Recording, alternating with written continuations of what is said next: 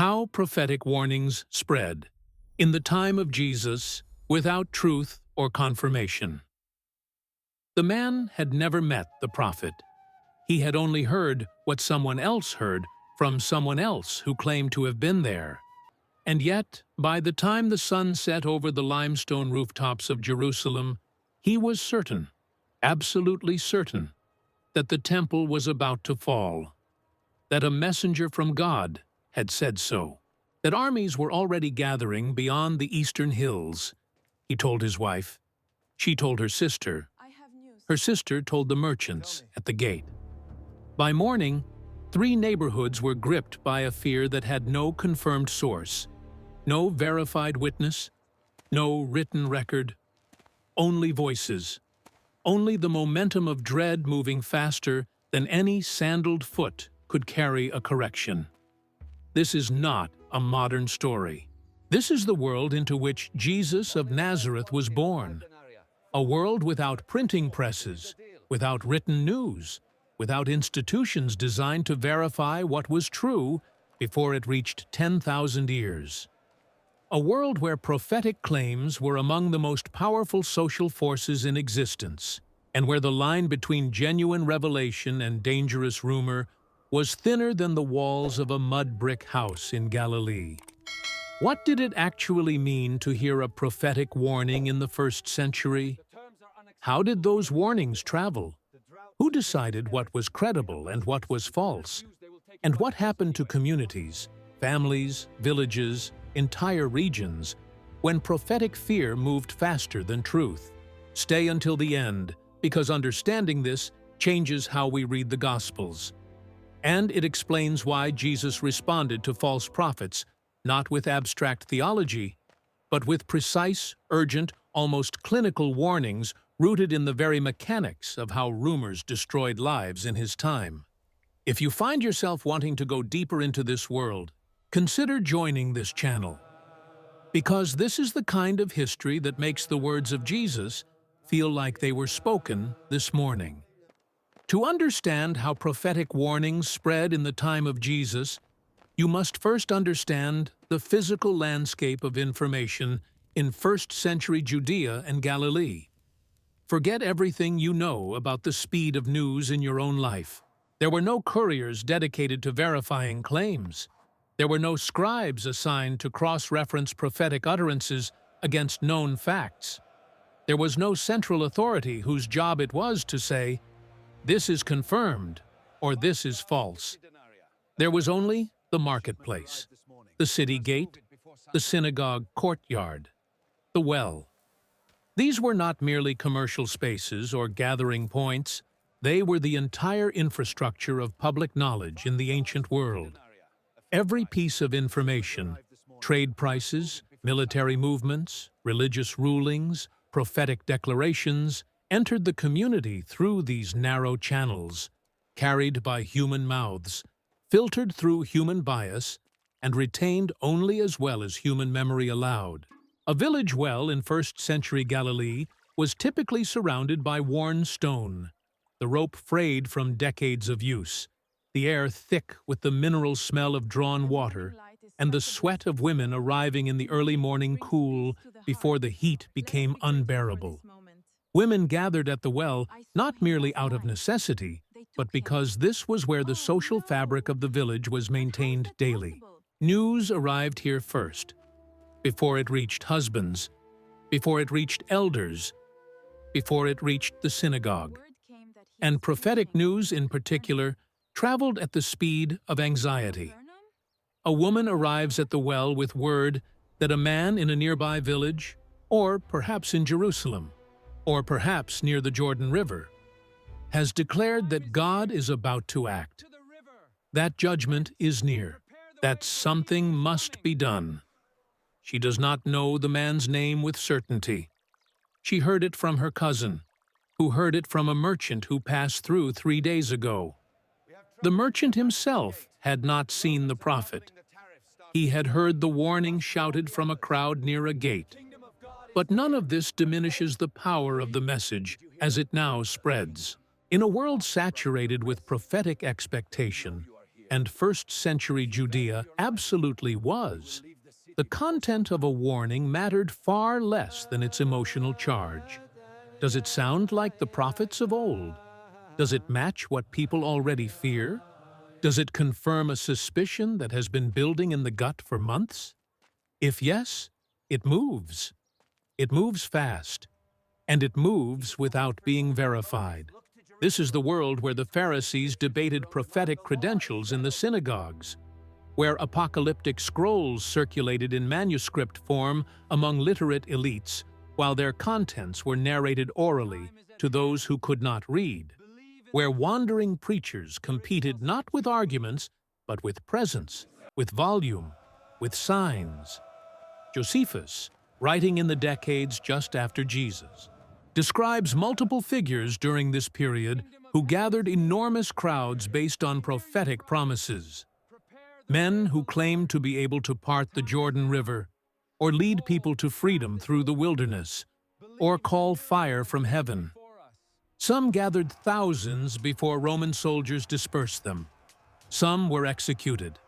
Some simply faded when their predictions failed to materialize.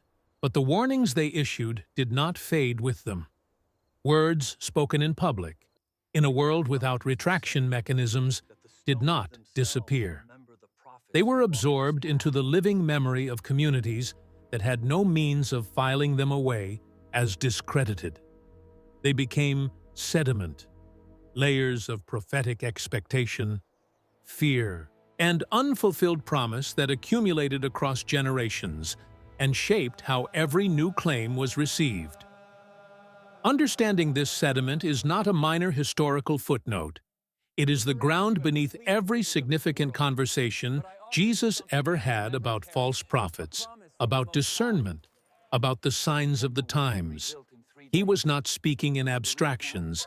He was responding to a social reality so immediate, so omnipresent, that his audience felt it in their chests before they could name it. The first step, then, is to feel the weight of that world. The darkness of a Galilean night, the sound of voices in a courtyard 2 houses away, carrying words that may or may not be true, words that will reach you before sunrise and demand a response before you have had time to think. A prophetic warning in the first century did not arrive with credentials attached. It arrived the way weather arrives, suddenly, from a direction you were not watching, carrying a force that made you respond before you had time to evaluate. And in a society where prophetic expectation was not a fringe religious phenomenon, but a central feature of everyday Jewish life, the arrival of a warning was never a neutral event. It disrupted, it reorganized, it forced decisions on people who had no reliable tools for determining whether what they were hearing was from God, from a confused mind, or from something far more dangerous. Deliberate manipulation. To understand why this mattered so deeply in the time of Jesus, you must understand something about the texture of prophetic culture in first-century Judea that modern readers almost entirely miss. The prophets were not historical figures in the way we might think of ancient Greek philosophers. Revered but distant, quoted in texts, separated from daily life by centuries of abstraction. For a first-century Jewish family in Capernaum, or Bethany, or the villages of Perea, the prophets were living presences. Their words were recited in synagogues every Sabbath. Their imagery saturated popular religious imagination. Isaiah's suffering servant, Jeremiah's warnings of exile, Ezekiel's visions of dry bones returning to life, Daniel's sequences of kingdoms. These were not literary references. They were the interpretive framework through which people understood everything happening around them, including Roman occupation, taxation, drought, disease, and political upheaval. This meant that when a new prophetic voice appeared, and they appeared constantly during this period, it was received not as novelty, but as continuation. The people were not startled that someone claimed to speak for God. They were startled only by the specific content, the specific urgency, the specific demand. And because the prophetic tradition was alive and expected, the threshold for believing a new prophetic claim was startlingly low for ordinary people whose lives already felt like they were being lived inside a prophetic narrative. Walk with a family from a village outside of Nazareth on a market day in the late Second Temple period. The father, a craftsman, rises before dawn to load a small cart with goods, wooden implements, perhaps, or worked stone. The mother prepares bread from grain stored in clay jars against the back wall of the single main room where the family sleeps, eats, and works. The air inside that room is close and warm, smelling of oil lamps, animals that shelter in the lower section of the house at night, and the particular smell of unbaked bread, yeasty, faintly sour, deeply domestic. Children sleep on woven mats against the wall. By the time the market is reached, several hours of walking behind them, the father has already passed 3 clusters of people in conversation. At the first, 2 men debate the latest ruling from the scribes in Jerusalem regarding Sabbath observances. At the second, a woman weeps quietly while 2 neighbors hold her. Her son has been taken by Roman soldiers for questioning. At the third, a group of younger men are speaking with intensity about a preacher who has been seen near the Jordan. He has said, they claim, that God is about to judge the temple leadership, that the current priests are corrupt, that those who do not repent will be destroyed when God acts. The craftsman slows. He listens. He does not know this preacher's name. He does not know if anyone he trusts has actually seen the man with their own eyes. But the message matches what he already suspects. The temple leadership has grown distant from ordinary people. The priests protect their own interests. The Romans have been allowed to contaminate the sacred city. Is this not what the prophets warned about? Is this not the pattern of Israel's history? Corruption, warning, judgment. He moves on, but the words move with him. They sit in the back of his mind during the market transactions. They surface again when he sees a Roman soldier near the gate. By the time he returns home, the warning has fused with his existing anxieties into something that feels less like unverified rumor and more like confirmed truth. This is how prophetic misinformation spread in the 1st century. Not through lies exactly, or not always, but through the way human minds in conditions of uncertainty reach for patterns that confirm what they already fear. In a world without journalism, without institutional fact-checking, without any mechanism for tracing a claim back to its original source and interrogating it, the emotional resonance of a message was almost indistinguishable from its credibility. If it felt true, it was treated as true. The physical spaces of 1st century public life made this worse in ways that are easy to underestimate. The city gate, the wide stone threshold where travelers entered, where merchants transacted, where disputes were adjudicated and announcements were made, was a space of constant overlapping voices. Conversations did not happen in isolation. They happened in proximity to other conversations, in a constant low roar of commerce and negotiation and social performance. A prophetic claim shouted or urgently whispered in this environment was not processed quietly and individually. It was experienced collectively, simultaneously, in a crowd where the reactions of others immediately shaped your own reaction. Crowd psychology in this environment was not a modern concept waiting to be discovered. It was a daily reality that 1st century political and religious leaders understood intuitively and sometimes exploited deliberately.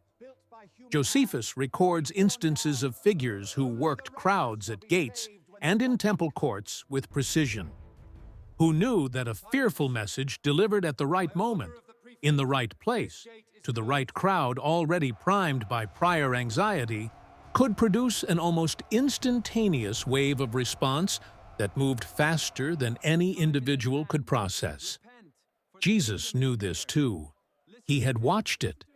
He had grown up in it. And when he speaks in the Gospels about false prophets who come in sheep's clothing, about those who will say, "Here is the Christ," or "There he is in the wilderness," he is not offering a general theological warning about human nature in the abstract. He is describing a mechanism he has observed with precision, the way that prophetic claims, in the specific social and physical environment of his world, bypassed critical evaluation and moved directly into communal fear and action. He had seen what happened to communities when that mechanism ran unchecked. He had seen families divided, villages destabilized, people who sold everything they owned because a wandering preacher told them judgment was 3 days away. He had seen the aftermath, the shame, the destitution, the disillusionment that did not simply fade, but calcified into a deeper cynicism that made genuine faith harder to reach afterward. This is the landscape of prophetic warning in the time of Jesus. Not a theological abstraction, a social emergency, recurring, generational, built into the very structure of a world where the sacred and the political and the daily were inseparable, and where the hunger for God's action was so acute that almost anything could feed it, at least for a time.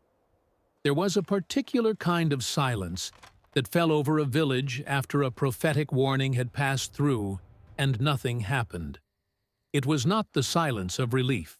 It was the silence of people who had rearranged their lives around a word that turned out to be empty, who had stopped planting, or sold livestock, or refused to pay debts, or broken relationships with neighbors over a disagreement about whether the warning was genuine. The silence of people who now had to reassemble the ordinary architecture of their days without speaking directly about why it had been dismantled in the first place. Because in a culture where honor governed nearly every social transaction, admitting that you had been deceived, that you had believed something false and acted on it publicly, was not merely embarrassing. It was a wound to your standing in the community that could take years to heal. This dimension of prophetic misinformation in the first century is almost never discussed in modern biblical commentary, and yet it was one of the most consequential social dynamics of the period. The cost of false prophecy was not only theological, it was material, it was relational, it was inscribed on the bodies of families who had made irreversible decisions based on words that carried no weight when tested against reality. To understand this fully, you need to understand how honor and shame functioned as the invisible architecture of first-century Mediterranean society. In a world without credit scores, without legal protections for individuals against powerful institutions, without social safety nets of any meaningful kind, your reputation was your primary economic and social resource. It determined whether merchants would extend you credit, whether neighbors would help you during harvest, whether your children could make advantageous marriages, whether your word would be believed in a dispute. Honor was not a feeling. It was a form of currency, and like currency, it could be lost rapidly through a single public miscalculation. Believing a false prophet publicly and acting on that belief in ways your community could observe was exactly such a miscalculation. And the tragedy was that it was almost impossible to avoid, because the social pressure to align with the majority response to a prophetic claim was immense. If everyone in your village was responding to a warning with visible alarm and preparation, remaining visibly skeptical was itself a social risk. It marked you as someone who did not take God's word seriously, someone with a hardened heart, someone whose loyalty to the community and to the covenant was suspect. This is the trap that false prophetic warnings set in the first century. They weaponized community belonging. They made skepticism socially costly and belief socially rewarded, at least in the short term, before the failure of the prediction revealed the trap that had been set. Consider the physical reality of a family in this situation. A small stone house in a Galilean village? 2 rooms at most. A roof of timber and packed earth where the family sometimes sleeps during the hot months. A small courtyard shared with 1 or 2 neighboring families. A space where animals are kept in the evening, where olive oil is pressed in season, where women work together grinding grain on hand mills. A slow, exhausting sound, stone against stone, the fine dust of flour settling on arms and clothing, the rhythm of it marking the hours of the morning. This courtyard is not private. Everything that happens in it is visible to neighbors.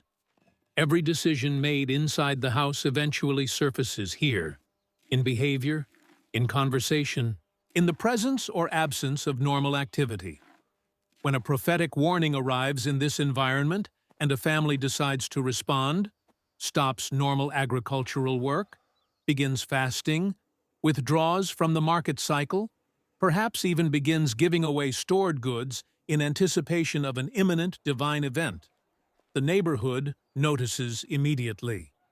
The decision to believe is a public act.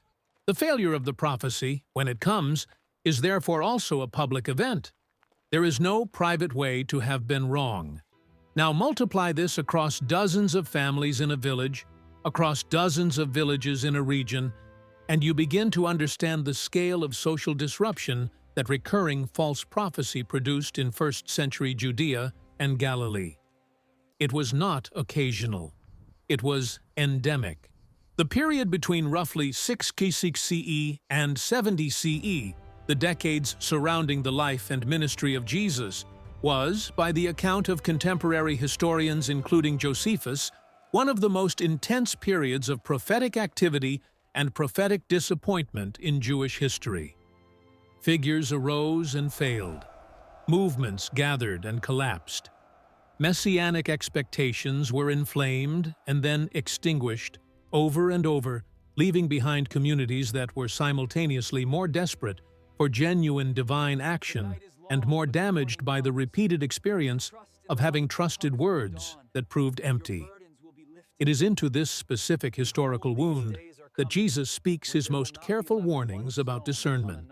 When he warns his disciples in the Olivet Discourse, sitting on the slope of the Mount of Olives with Jerusalem's Temple Mount visible across the valley, the late afternoon light turning the limestone gold, he is not speaking theoretically.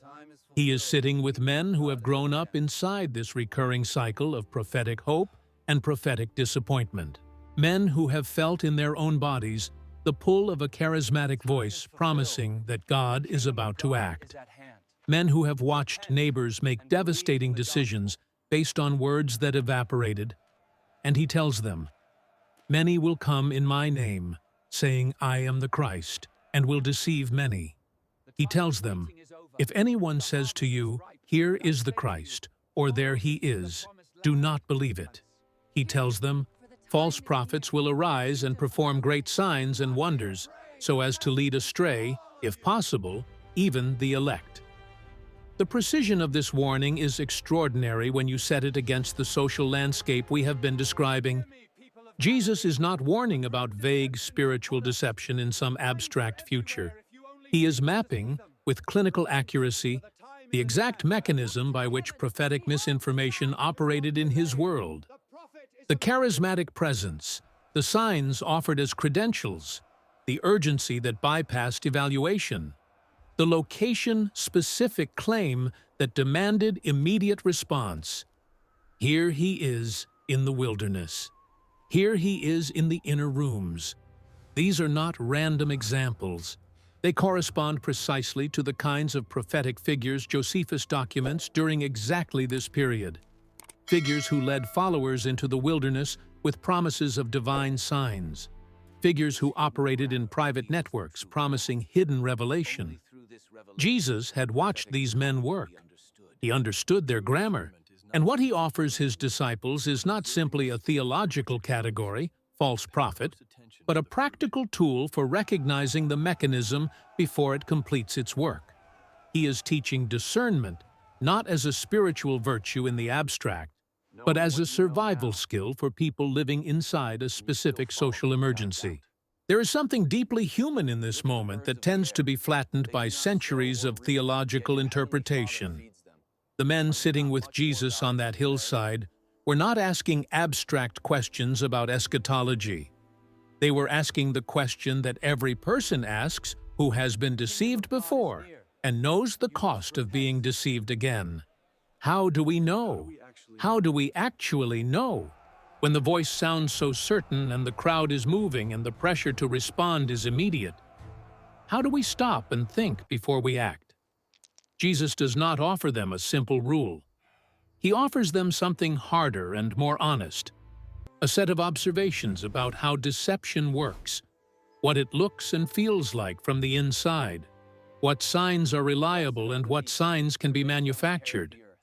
He is, in this moment, less a preacher than a man who has studied a recurring human disaster and is trying to pass on what he has learned to people he loves before the next wave arrives. And the next wave, he knows, is already forming. There is a moment in the Gospel of John that most readers pass through too quickly. Jesus is in Jerusalem during one of the great festivals, and the crowd around him is divided. Some say he is the prophet, the one Moses promised would come. Others say he is the Christ.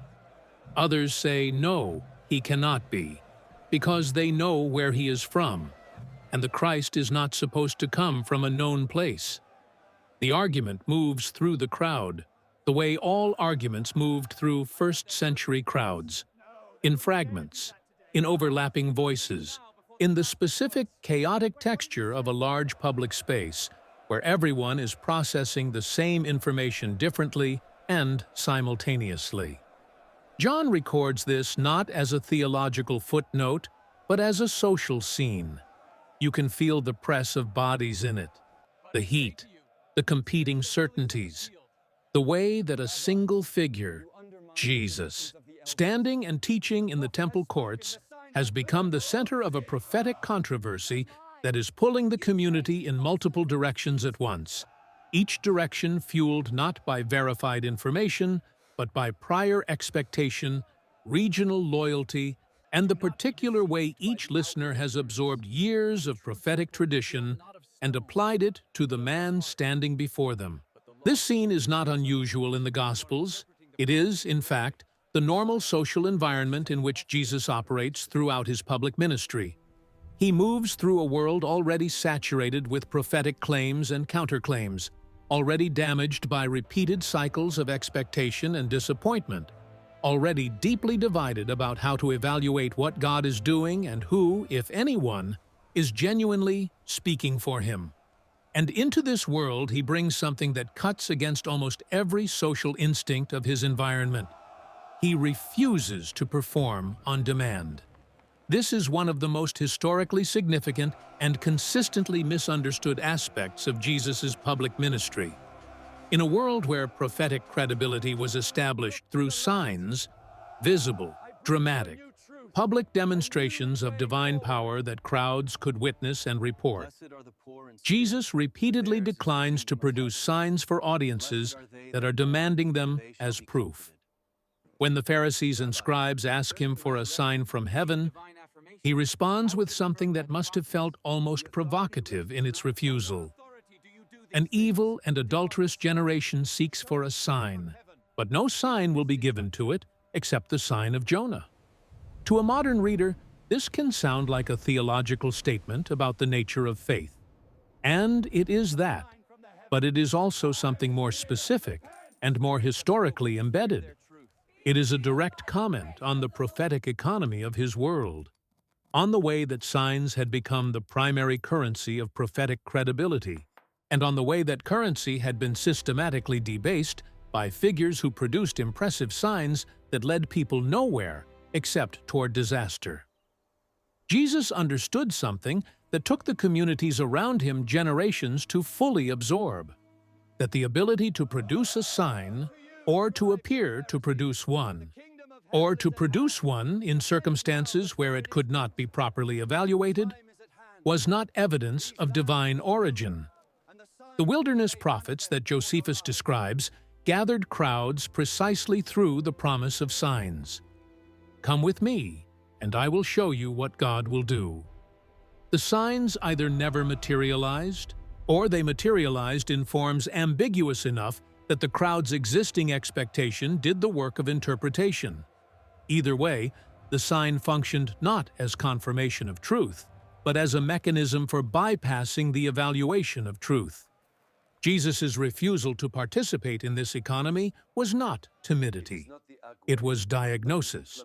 He was naming a pathology in the prophetic culture of his world, the way that the hunger for visible divine action had been exploited so consistently that the very demand for signs had become a symptom of the disease rather than a reasonable request. But his response to this pathology was not simply refusal, it was replacement.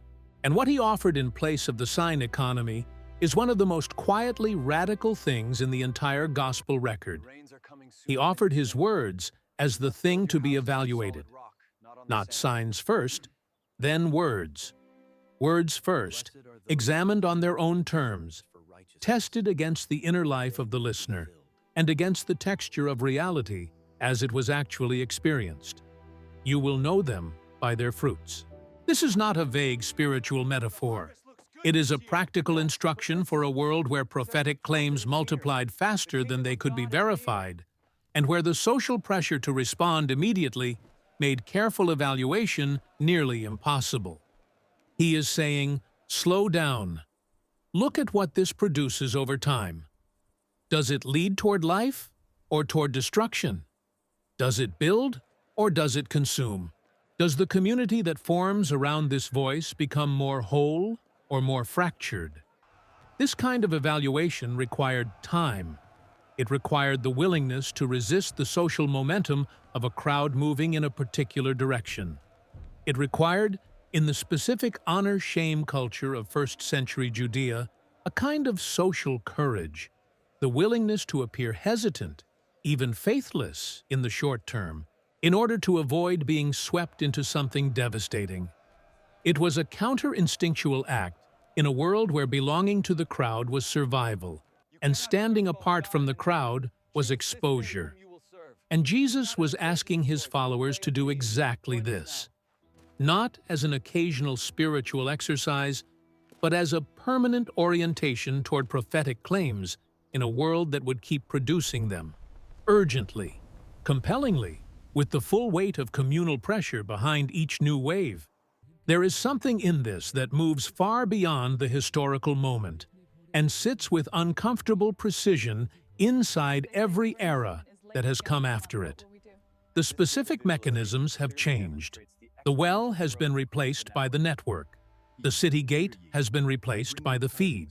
The wandering preacher gathering a crowd near the Jordan has been replaced by a voice that reaches millions before a single claim can be traced to its origin. But the underlying structure, the emotional charge that bypasses evaluation, the communal pressure that makes skepticism socially costly, the hunger for signs that makes the appearance of signs nearly as powerful as their reality, this structure has not changed. It has only accelerated. Jesus was not warning his disciples about a problem that would eventually go away once the world became more sophisticated.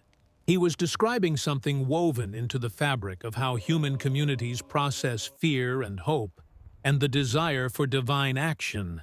He was describing the permanent vulnerability of people who need meaning badly enough that they will sometimes accept its counterfeit rather than endure the discomfort of uncertainty. And he was doing this not from a distance, not from a position of philosophical detachment, but from inside the specific, material, socially embedded reality of a first-century Jewish life. A life that knew the smell of a crowded market, the weight of an unpaid debt, the fear of a Roman patrol, the sound of prophetic voices rising and falling across the years like seasons that never quite delivered the harvest they promised. This is why the warnings of Jesus about false prophets are not merely religious instructions to be catalogued in a theological handbook.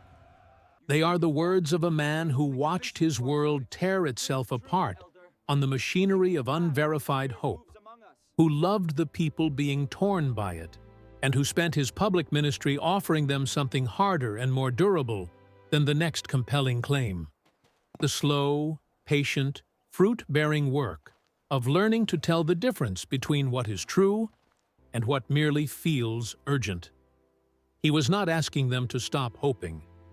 He was asking them to hope carefully, to carry their expectation with open hands rather than clenched fists, to remain, in the deepest sense, awake, not to the loudest voice in the marketplace, but to the quieter evidence of what a word actually produces when it is planted in a life and left to grow. That is the kind of faith that does not collapse when the next wave of prophetic noise arrives and passes. It is the kind that was being asked of his disciples on a hillside outside Jerusalem, with the temple gleaming in the distance and the city already full of voices claiming to know what God was about to do. It is the kind that is still being asked now.